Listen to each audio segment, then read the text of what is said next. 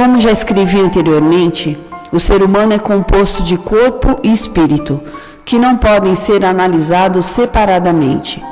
O sangue, na verdade, é a materialização do espírito.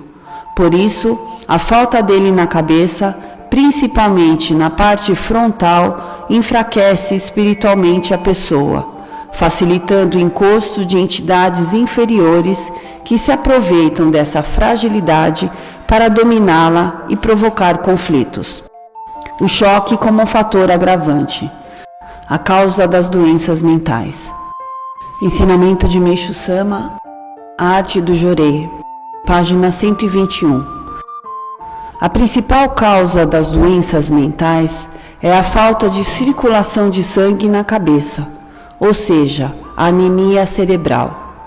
Esse mal ocorre devido ao acúmulo na nuca de toxinas, as quais pressionam a veia que leva o sangue para o cérebro. Nesse estágio, a pessoa passa a sofrer de insônia e, devido às muitas noites sem dormir, começam a surgir distúrbios mentais. Mas não é só o lado físico o responsável por tais problemas. Como já escrevi anteriormente, o ser humano é composto de corpo e espírito, que não podem ser analisados separadamente. O sangue, na verdade, é a materialização do espírito. Por isso, a falta dele na cabeça, principalmente na parte frontal, enfraquece espiritualmente a pessoa, facilitando o encosto de entidades inferiores que se aproveitam dessa fragilidade para dominá-la e provocar conflitos. Quando alguém não consegue mais dormir, é porque está sendo incessantemente atacado por inúmeros pensamentos, relembrando assuntos diversos do passado ou imaginando situações futuras, induzido pelo secundário, que propicia condições para que outros espíritos de animais encostem e se alojem, principalmente no topo da cabeça, local que apresenta um vazio devido à falta de sangue. Quanto mais tempo a pessoa permanecer nesse estado, maior será o domínio dessas entidades negativas, que têm como objetivo levá-la à loucura. Ao se ministrar jorei na nuca, dissolvem-se as toxinas que estão solidificadas nesta região. Como consequência, melhora a circulação na cabeça e, ao mesmo tempo, ocorre o enfraquecimento do espírito encostado, que vai murchando até perder totalmente a força. Por outro lado, quando o sangue já está circulando plenamente, o espírito primordial fica vigoroso, o que impede o encosto de entidades negativas. Vou citar um exemplo para elucidar bem essa questão. Se o indivíduo apresenta 100% de circulação de sangue na cabeça, não corre nenhum perigo de sofrer qualquer tipo de encosto. Mas se o sangue circula 90%, já oferece chance para essas entidades negativas se aproximarem.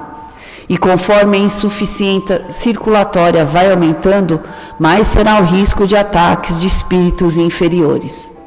Até 40% de falta de sangue eu considero uma situação sustentável, mas ao ultrapassar 50% de anemia cerebral, chega-se a uma zona de perigo. Nesse estágio, o encosto domina totalmente a pessoa, manipulando seus desejos, fazendo-a provocar tragédias irreparáveis. Esses espíritos que se encostam são, na maioria das vezes, de animais. No Japão, é mais comum ocorrer encosto de raposa, em primeiro lugar, seguido de texugo. Menos frequentes são os encostos de espíritos de tengu, cobra, cachorro, vaca, cavalo e pássaro.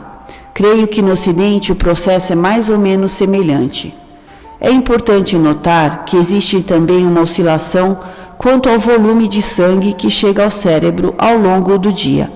Essa ocorrência torna as pessoas imprevisíveis.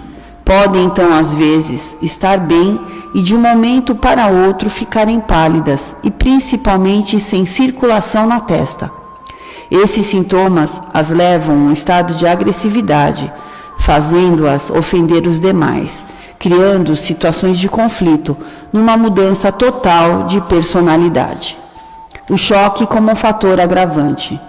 Mesmo que as pessoas tenham um quadro considerável aceitável de anemia cerebral, oscilando entre 20% e 30%, se receberem um forte choque mental, como por exemplo um susto, essa insuficiência sobe para 50%. Nesse momento, a pessoa perde totalmente o controle, levando até os mais calmos a praticarem atos surpreendentes. Também por isso é que as mulheres histéricas sofrem de falta de circulação de sangue na cabeça. Portanto, quando vemos alguém digno de respeito e considerado normal praticar de repente um disparate ou usar termos irreparáveis, é porque, por uma fração de segundo, a anemia ultrapassou os 30%. Nesse momento, a pessoa pode até cometer suicídio ou assassinatos, pois passa a agir de acordo com a vontade plena do encosto, que a usa e a induz a atos totalmente animalescos. A principal característica desse quadro que descrevi é o posterior arrependimento. Quando a pessoa volta ao seu estado normal, fica profundamente insatisfeita com os atos que praticou. Passa a ter consciência de que falou besteiras e sente o terrível gosto da derrota. Percebe que agiu de modo impulsivo, tal qual um animal que não pensa nas consequências de suas ações. A doença mental nos Estados Unidos. Recentemente estão aumentando muito as doenças mentais nos Estados Unidos, devido ao acúmulo das toxinas provenientes do uso intenso de medicamentos. Como já expliquei no início, essas toxinas solidificam-se na nuca, impedindo a circulação do sangue no cérebro. Se deixassem de usar remédios, com certeza essas moléstias desapareceriam.